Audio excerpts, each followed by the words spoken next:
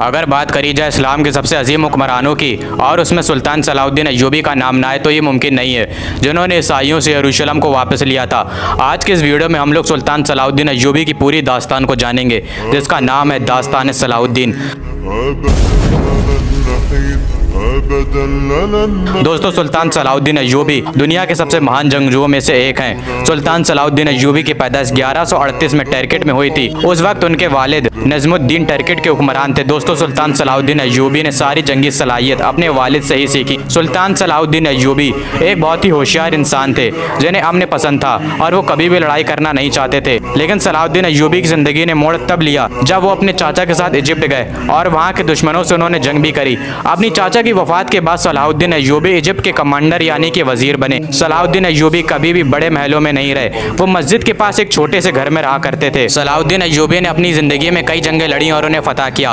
उन्होंने बड़ी बहादुरी से तकरीबन 20 सालों तक क्रूसेडर्स का सामना किया और उन्हें हार मानने पर मजबूर कर दिया। उन्होंने यूरोप की सारी ताकतों का एक साथ सामना करा, वो ताकत जो यरूशलेम को मुसलमानों से छीनने के लिए आई थी। दोस्तों, इतिहासकार क्रूसेडर्स को तारीख की सबसे लंबी जंग में से एक जंग मानते हैं। साथ ही वो जंग भी थी जिसमें बहुत ज्यादा खून बहा था। काफी मशक्कतों के बाद ईसाइयों ने दोबारा से यरूशलेम पर कब्जा कर लिया। मैं इतनी दफा क्रूसेडर्स का नाम ले चुका हूँ, आप सोच रहे होंगे कि क्रूसेडर्स था क्या। दोस्तों, क्रूसेडर्स का मतलब है मजहब की लड़ाई। ये जंग सिर्फ एक शहर के लिए लड़ी गई थी, जो कि यरूशलेम, जो कि तीनों ही मजहब यहूदी, ईसाई और इस्लाम में एक अहम मुकाम रखता है। ईसाइयों के लिए वो जगह है जहाँ पर ईसा अलैहिस्सलाम ने अपने दीन को फैलाया था। मुसलमानों के लिए ये जगह इसलिए जरूरी है क्योंकि इस शहर से हमारे नबी रसूलुल्लाह सल्लल्लाहु अलैहि वसल्लम मेराज के सफर पर गए थे। 15 जुलाई सन 1099 ये इस्लाम की तारीख का एक अंधेरे से भरा दिन था, क्योंकि हजरत उमर के यरूशलेम को फतह करने के 462 साल बाद यरूशलेम फिर से ईसाइयों के कब्जे में जा चुका था। इस दिन मुसलमानों पर इतने जुल्म हुए जिसका तस्करा भी नहीं किया जा सकता है। इस दिन तकरीबन 70,000 मुसलमानों को शहीद किया गया। सड़कों पर इतना खून था कि घोड़े चल नहीं पा रहे थे, वो फिसल जा रहे थे। पूरे शहर में कई सारी मस्जिदों को तोड़ा गया।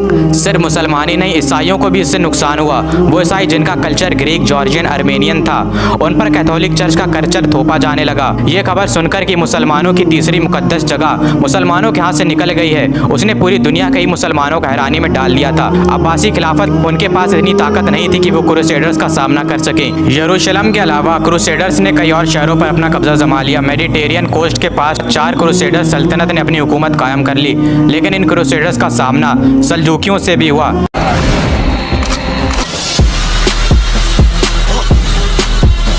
जिन्होंने इन्हें पीछे हटने पर मजबूर कर दिया, और सल्जूक जो कि बहुत खतरनाक थे, सल्जूकियों ने क्रूसेडर्स को बेहद बुरी तरह तबाह कर दिया और ना जाने कितने क्रूसेड्स के सिपाही इसमें मारे गए। इसके बाद हमारी कहानी में सलाउद्दीन अय्यूबी आते हैं। बचपन से ही बड़े होशियार और बहादुर किस्म के इंसान थे। उन्होंने अपने वक्त के बेहतरीन इस्लामिक स्कॉलर से अपनी तरबियत हासिल की। अगर देखा जाए तो शुरुआत में सलाउद्दीन अय्यूबी का मन इस्लामिक स्टडीज और पढ़ाई में ज्यादा लगता था, लेकिन उनके चाचा ने उन्हें इजिप्ट भेज दिया। इस वक्त सलाउद्दीन अय्यूबी बेहद जवान थे।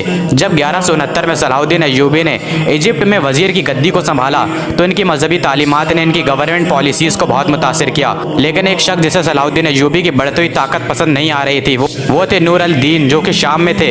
इजिप्ट और शाम के लोगों को लगने लगा था कि इन दोनों के बीच जंग होना तय है, लेकिन ऐसा नहीं हुआ और 1174 में जंगी बीमारी से चलते वफात पा जाते हैं, जिसके बाद सलाउद्दीन अय्यूबी की हुकूमत इजिप्ट के साथ साथ सीरिया पर भी कायम हो जाती है। मुसलमानों की जमीन जो अलग अलग थी उसे सलाउद्दीन अय्यूबी ने फिर से एक कर दिया और क्रूसेडर्स की यरूशलेम की सल्तनत एक मजबूत इस्लामिक रियासत से घिर चुकी थी। 1170 और 1180 में पूरी मुस्लिम दुनिया एक हो गई थी और ईसाई अलग अलग हो गए थे, बिल्कुल उसी तरह जैसा कि सन 1099 में था, जब सारे ईसाई एक हो गए थे और मुसलमान एक नहीं थे। लेकिन सलाउद्दीन अय्यूबी जंग करना नहीं चाहते थे। उन्होंने कई सारे मुआहदे किए यरूशलेम की सल्तनत के साथ, लेकिन रेनॉल्ड नाम के ईसाई हुक्मरान ने इन मुआहदों को तोड़ दिया। उसने कई सारे मुसलमानों का खून बहाया, यहाँ तक कि वो मक्का पर हमला करने की तैयारी करने लगा। जिसके बाद 1180 के दशक में सलाउद्दीन अय्यूबी की फौज ने इन क्रूसेडर्स का मुकाबला किया और इन्हें पीछे हटने पर मजबूर कर दिया। इसके बाद तो मुसलमानों और ईसाइयों में दुश्मनी बढ़ती गई और बात जंग तक पहुंच गई और सलाउद्दीन अय्यूबी और यरूशलेम की सल्तनत के बीच जंग होना तय हो गई और 1187 में ये जंग लड़ी गई, जिसे आज हम हत्तीन की जंग के नाम से जानते हैं। और इस जंग में सलाहुद्दीन अय्यूबी ने क्रूसेडर्स को ख़त्म करके रख दिया और फिर से मुसलमानों ने यरूशलेम को फतह किया, जिसका इंतज़ार मुसलमानों को पिछले 88 सालों से था। और इसके बाद सलाहुद्दीन अय्यूबी ने हज़रत उमर के कदमों के निशान पर चले, जिन्होंने साल 637 में यरूशलेम को फतह किया था। लेकिन मुसलमानों ने ईसाइयों का खून ना बहाया, शहर में कत्लेआम ना हुआ और हर किसी को रहने और अपने दीन को फॉलो करने का पूरा हक था। अब जो यरूशलेम था वो पूरी तरह से मुसलमानों के कब्जे में आ चुका था। तो जाहिर सी बात है, ये खबर सुनने के बाद ईसाइयों को गुस्सा आना लाजमी था। यूरोप में उन्होंने अपनी फ़ौजों को इकट्ठा करना शुरू कर दिया। जर्मनी और फ्रांस के हुक्मरानों ने अपनी फ़ौजें तैयार करना शुरू कर दी कि हमें फिर से यरूशलेम को वापस लेना है। और इंग्लैंड के हुक्मरान रिचर्ड ने भी अपनी एक बहुत बड़ी फ़ौज तैयार कर ली। लेकिन उन्हें क्या पता था कि उनका मुकाबला सलाहुद्दीन अय्यूबी से। उन्होंने कई सारी जंगें सुल्तान के खिलाफ लड़ी और भारी नुकसान इन्हें उठाना पड़ा। लेकिन अब मुश्किल बढ़ने वाली थी, क्योंकि अब पूरे यूरोप की सारी फौजें मुत्तहिद होकर आ गईं और सलाहुद्दीन अय्यूबी से मुकाबला करने के लिए। सलाहुद्दीन अय्यूबी की फौज जो अब तक सलेबियों का सामना कर रही थी, वो अब थक चुकी थी और उनके पास खाने के लिए भी कुछ नहीं बचा था। जिसके बाद ये तय हुआ कि अब और खून नहीं बहेगा और किसी का भी कत्ल नहीं किया जाएगा। एक मुआहिदा हुआ जिसके तहत सुल्तान को 2 लाख सोने के पीसेस देने थे। थोड़ी देर हो गई, जिसकी वजह से गुस्से में आकर रिचर्ड ने बेबस मुसलमानों का कत्लेआम किया। जब ये खबर सलाहुद्दीन अय्यूबी को पता चली तो उन्हें बहुत गुस्सा आया और उन्होंने मुसलमानों के खून का बदला लेने की कसम खाई। 150 मील समुद्र का रास्ता तय करने के बाद सुल्तान ने इनके खिलाफ कई जंगें लड़ी और उन्हें भारी नुकसान पहुंचाया। जिसके बाद हुक्मरान रिचर्ड वो मुआहिदे के लिए मान गया और सुल्तान भी मान गए। जिसके बाद 1192 में एक समझौता हुआ और सारे क्रूसेडर्स को यरूशलेम से बाहर निकाला गया। इन्हीं के लिए अल्फाज फरमाए मौलाना तारिक जमील ने कि जिस कौम की बच्चियां नाच गाने को अपना शौक बना लें, उस कौम से नाचने गाने वाले ही पैदा होंगे। खालिद बिन वलीद पैदा नहीं होंगे, मोहम्मद बिन कासिम पैदा नहीं होंगे, तारिक बिन ज़ियाद पैदा नहीं होंगे, सलाहुद्दीन अय्यूबी पैदा नहीं होंगे जो अकेले पूरे यूरोप का सामना करें। आपको पता है, हत्तीन की जंग में तकरीबन 7 सल्तनतें सलाहुद्दीन अय्यूबी के खिलाफ आ गई थी। पूरा यूरोप एक तरफ था, पूरा यूरोप उनके खिलाफ था और इधर तनहा सलाहुद्दीन था। इसके बावजूद उन्होंने उसमें इकट्ठा यूरोप को शिकस्त दी।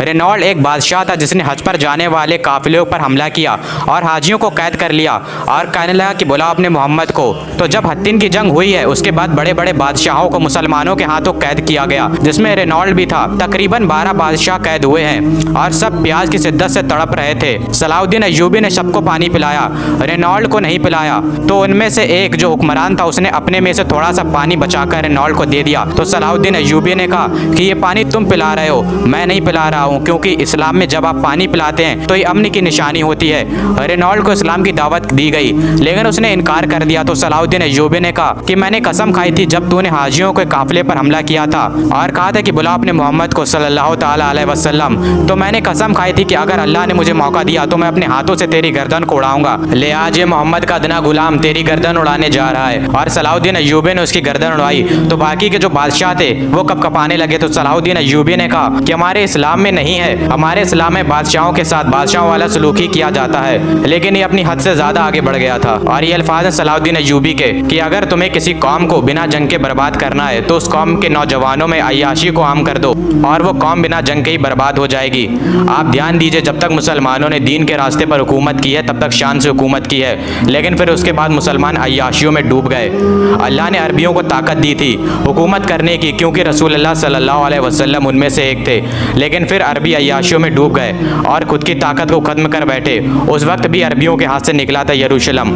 अरबियों में इतनी ताकत नहीं बची थी कि वो फिर से वापस ले सकें। सलाहुद्दीन अय्यूबी ने वापस ला कर दिया।